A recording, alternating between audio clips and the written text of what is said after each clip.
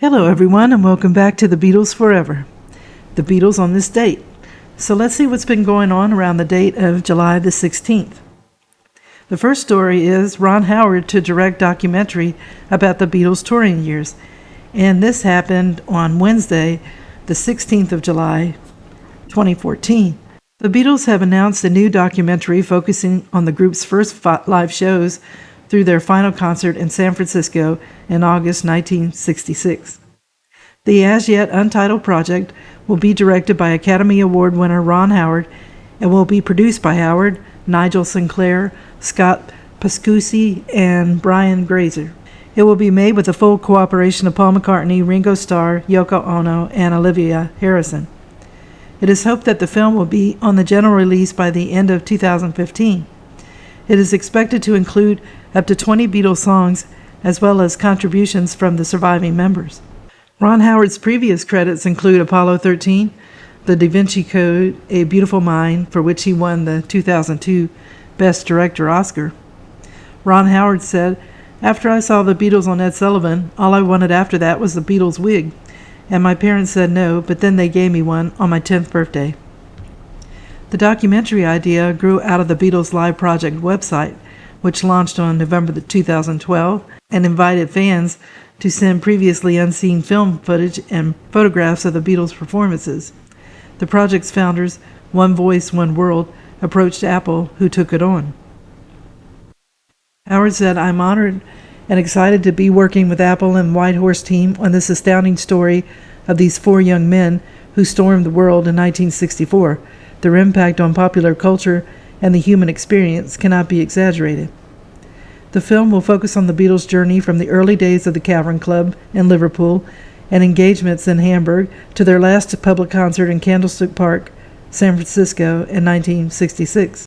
Beatles began touring Europe in late 1963 after an extraordinary arrival on the British scene in 1961 and 62. However, it was their much heralded Ed Sullivan appearance on February 9, 1964, that caused the Beatles' popularity to explode. By June, the band had commenced their first world tour and continued on a relentless schedule of 2 subsequent years. By the time the band stopped touring in August of 1966, they had performed 166 concerts in 15 countries and 90 cities around the world. The cultural phenomenon of their touring helped create, known as Beatlemania, was something that the world had never seen before and laid the foundation for the globalization of culture. The next thing that happened was recording Here Comes the Sun and Something, and this was done on Wednesday, July the 16th, 1969, Abbey Road Studio. Studios 2 and 3, EMI Studios, Abbey Road. Producers George Martin and Glenn Johns, engineer Phil McDonald. The Beatles worked on 2 George Harrison songs during this day's recording sessions. The first session took place in Studio 3 from 2:30 to 7 p.m. and was produced by Glenn Johns. Harmonium and hand claps were overdubbed on take 15 of Here Comes the Sun. The hand claps were added to track 8, and Harrison's harmonium performance, which was later erased, was recorded on track 5. From 7 p.m. to 12:30 a.m., work switched to Studio 2 and focused on the song Something. A reduction mix of the song, numbered take 37, had been made on the 11th of July, 1969, but Harrison ignored it and re-recorded his lead vocals with harmonies from Paul McCartney and hand claps by Harrison, McCartney, and Starr. 2 new reduction mixes were then made to free up more space. The mixes were numbered takes 38 and 39 and combined piano and lead guitar on track 1, drums and percussion on 2, bass guitar on track 5, guitar through a Leslie speaker on 6, vocals on 7, and organ on 8. Tracks 3 and 4 were left available for George Martin's orchestral overdubs. Now we have the recording Cry Baby Cry. This was done Tuesday, July the 16th, 1968. Anthology, Studio, White Album. It was done in Studio 2, EMI Studios, Abbey Road. Producer George Martin, engineer Jeff Emmerich. Following a 6-hour rehearsal session on July 15, 1968, The Beatles began proper recordings of Cry Baby Cry on this day. The day was divided into 2 separate sessions, both held in Abbey Road Studio 2. The first took place from 4 to 9 p.m., and the second from 10 p.m. to 2 a.m.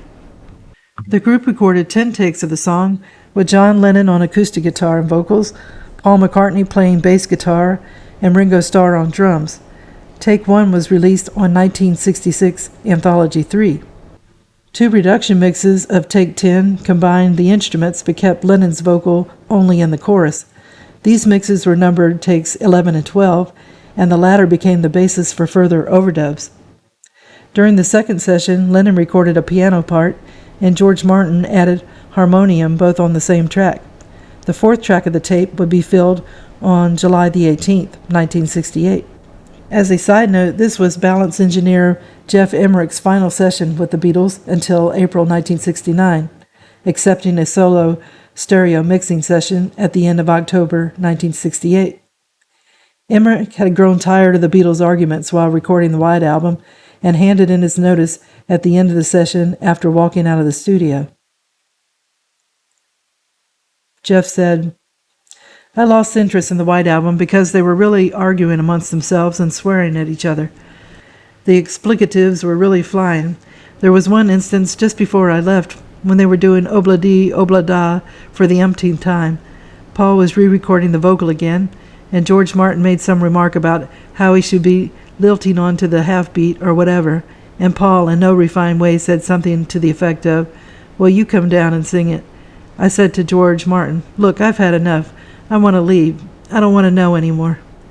George said, 'Well, leave at the end of the week.' I think it was a Monday or Tuesday, but I said, 'No, I want to leave now, this very minute.' And that was it. I went down to the studio to explain it to the group, and John said, 'Look, we're not moaning and getting uptight about you. We're complaining about EMI.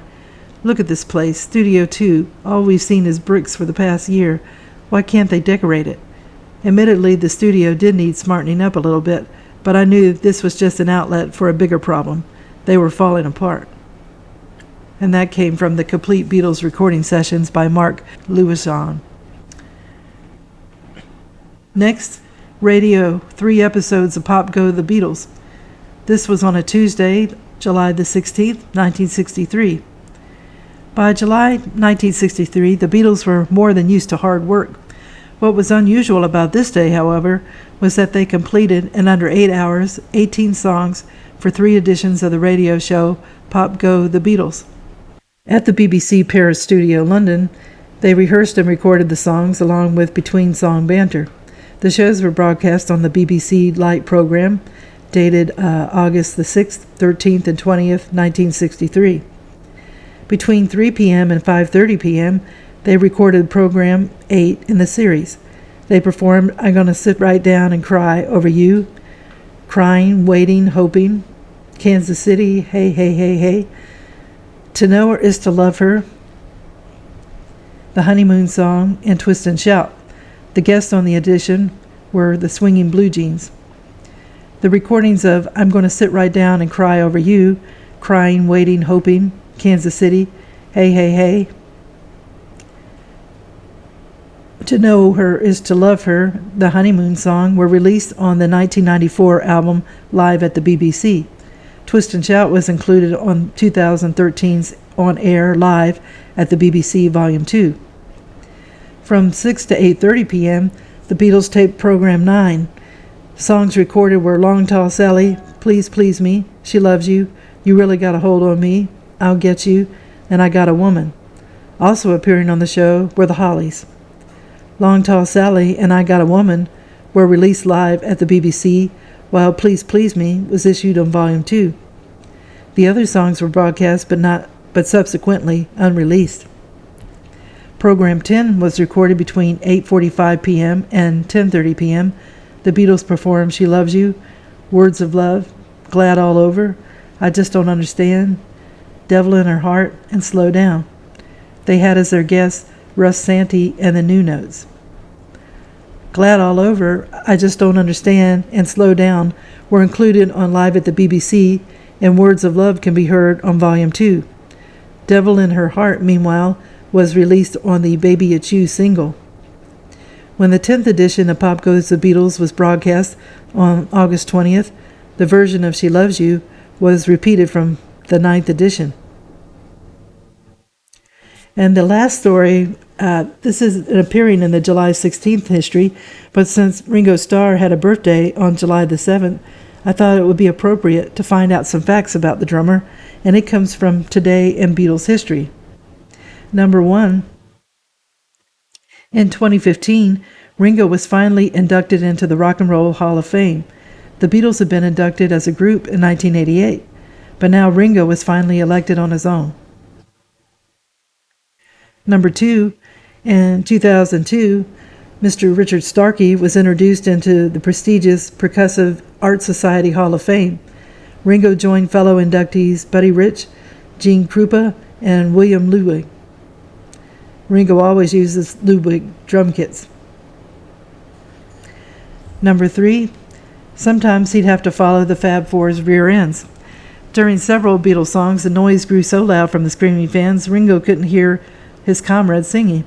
He developed a technique where he could watch the others' 3 rear ends as they moved during concerts, and he would use this as a barometer to drum and keep the beat. Number 4, he's the only Beatle who was never busted for drugs.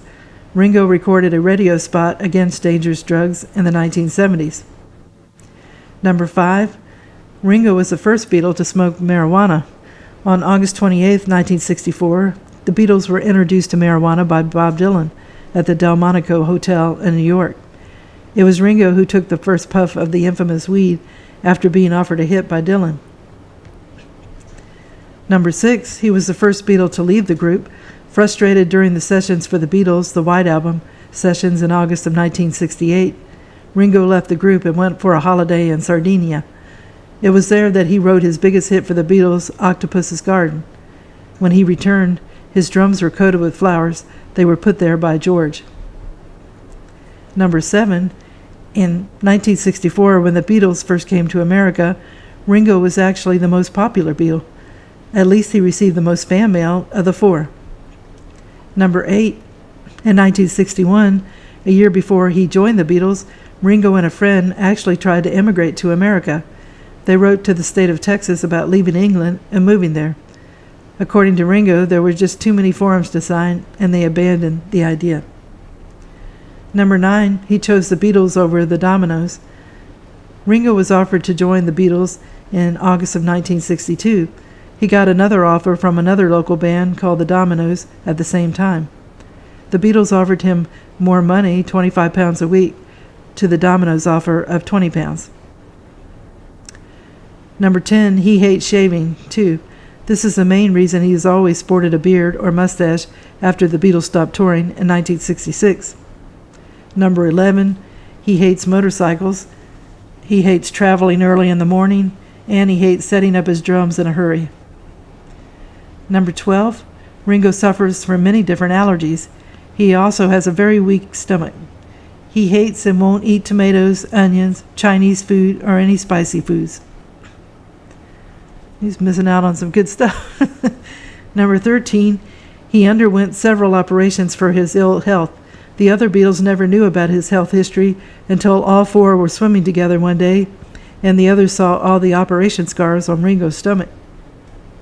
Number 14, Ringo was so sick as a young boy, 3 times his doctors told his mother he wouldn't survive the night. He was indomitable and did survive. Because of his incredible ability to survive, his grandfather's nickname for him was Lazarus. Number 15, at the age of 6, Ringo developed appendicitis. His appendix burst and he was in a coma for 10 weeks. Number 16, he was a very sickly child. Ringo spent a majority of his youth in hospitals and sanatoriums because of severe bouts with pleurisy and tuberculosis. He learned to play the drums by drumming in a hospital band in his ward. So I will end the video here. As I mentioned at one time, I have some Amazon items in the description, and if you're interested in any of them, click on the link and it'll take you to the Amazon site. If you buy anything, I get a small commission from Amazon at no extra cost to you. Well, I hope you enjoyed the video, and if you haven't subscribed, if you could do so, it would help the channel to grow, as well as giving it a thumbs up. It's all a great help. And if you haven't clicked on the notification bell, if you could do that, it lets you know when a video is posted. More importantly, I want to wish you a good day, and tune in again soon for another episode of The Beatles Forever, The Beatles on this date. Thank you. Bye.